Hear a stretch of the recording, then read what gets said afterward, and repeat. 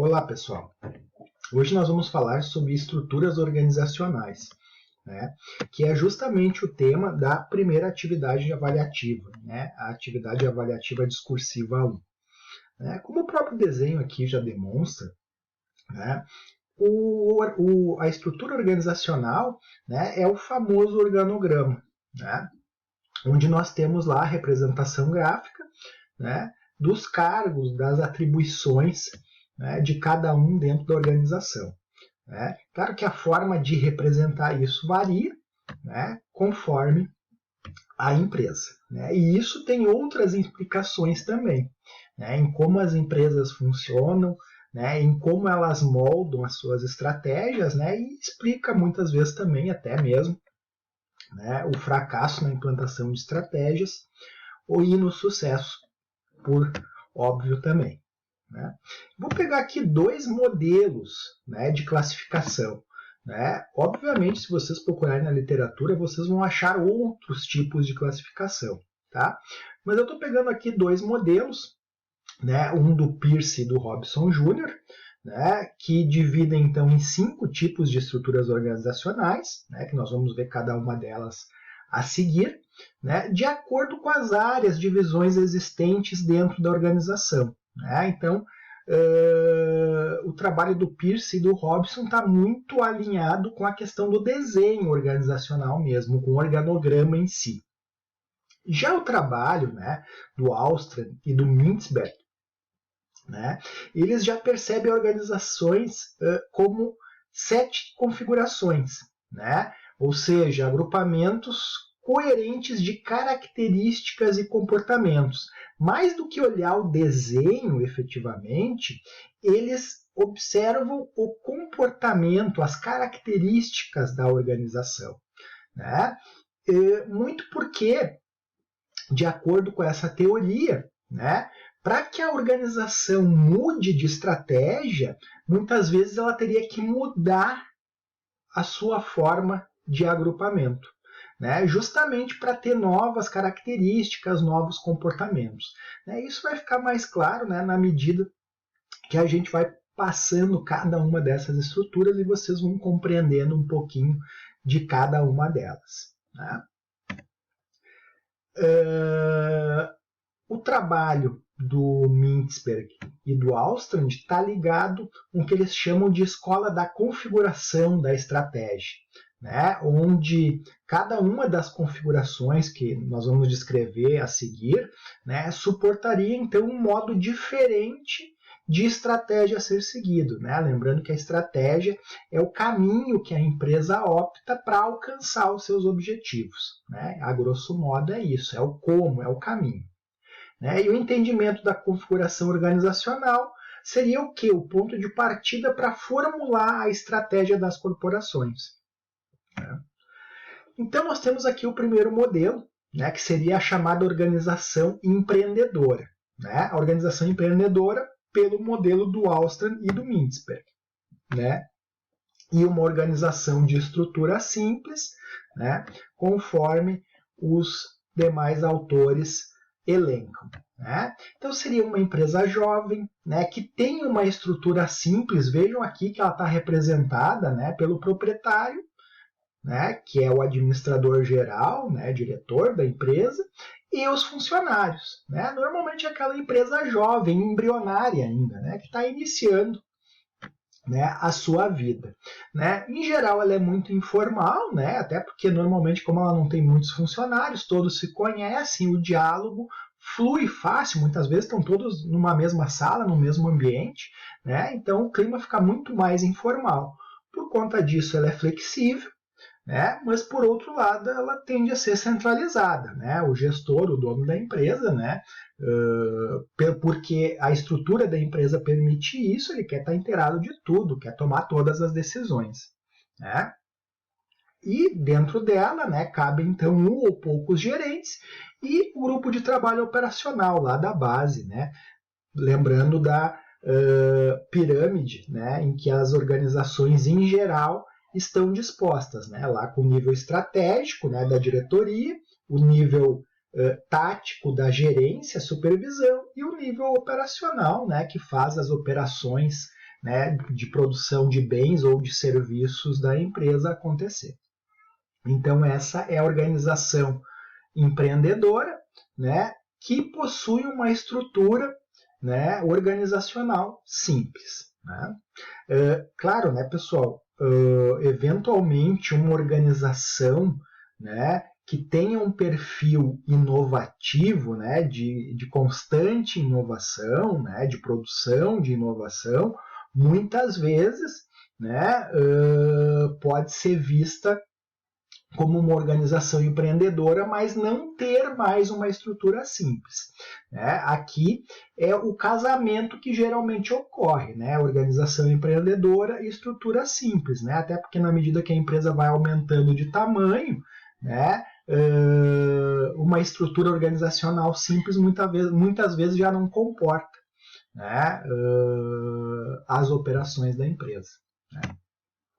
A organização máquina, né, que em geral apresenta uma estrutura funcional, né, ela é chamada de organização máquina porque ela foi projetada a partir da Revolução Industrial, né, lá do Taylor, Ford, né, o casal Gilbert, e uma série de outros, né, autores, né, o Fayol, né, onde nós temos, né, efetivamente grandes estruturas para dar conta de empresas que estavam crescendo num ritmo vertiginoso.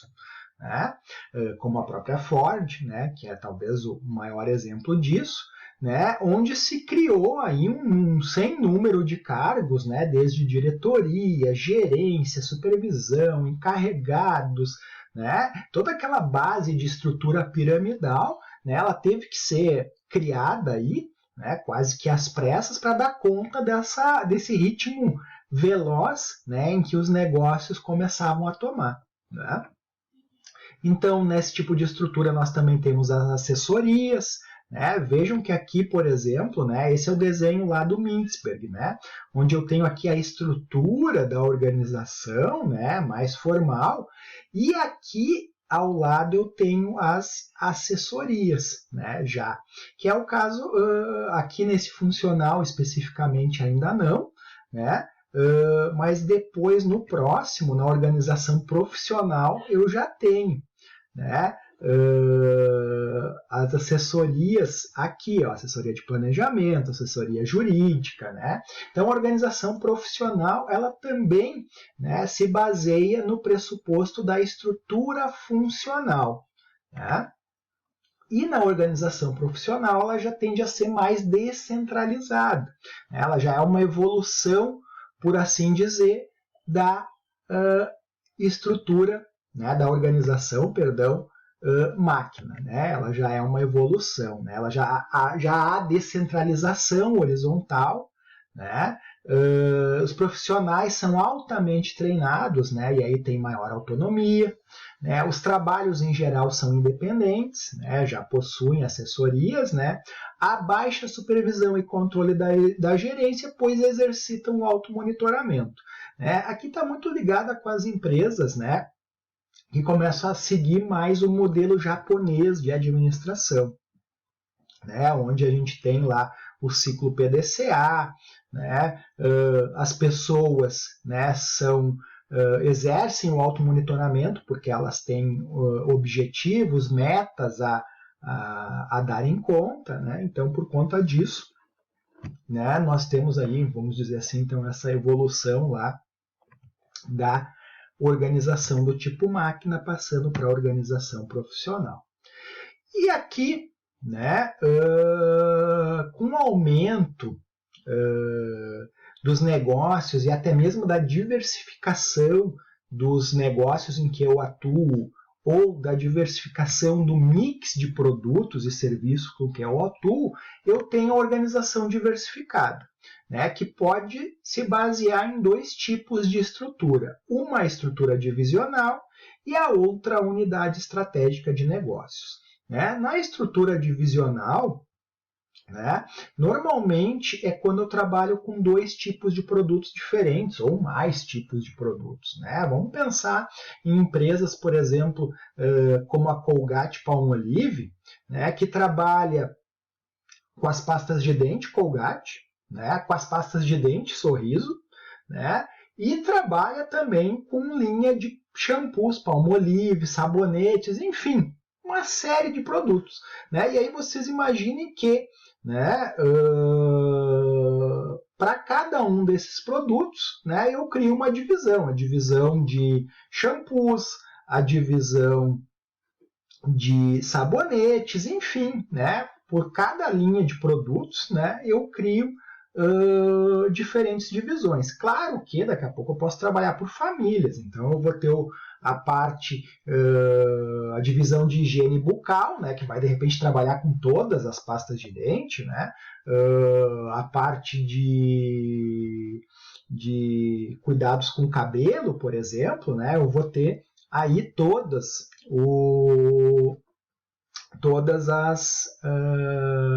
as famílias aí de produtos representadas.